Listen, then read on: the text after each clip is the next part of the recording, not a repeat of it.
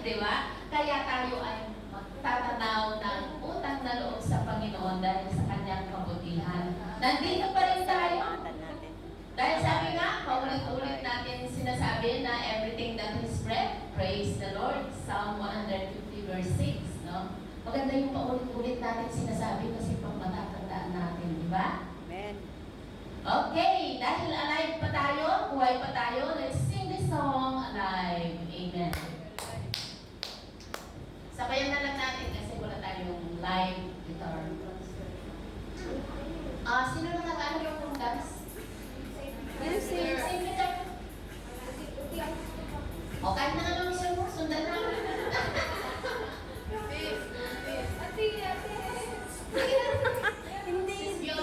Hindi rin ako masyado, Tian. At least kahit hindi masyado. Uy! Ang hirap naman kung ano sa galing ka sumayaw, di ba? Galing mo. Para kayo.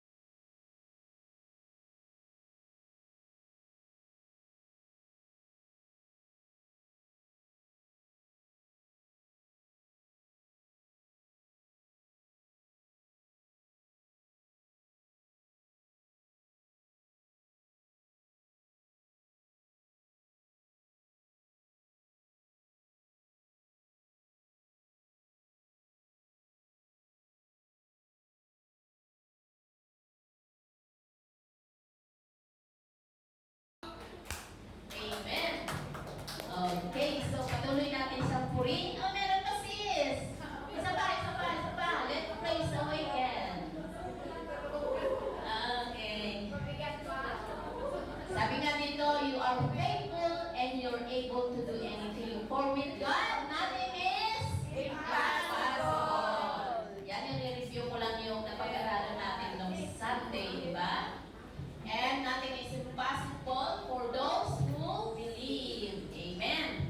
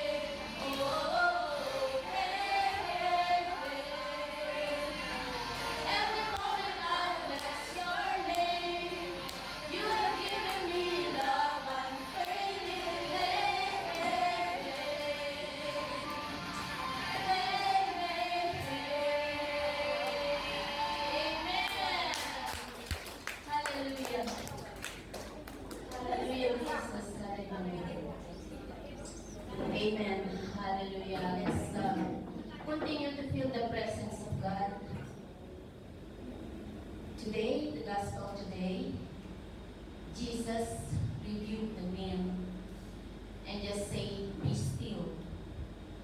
Because of his powerful word and Jesus' promise, as we have studied in the past na sabi natin, pinangako rin ng Panginoong Hesus sa atin that we can do even greater than what he did, what he had done before he ascended to heaven.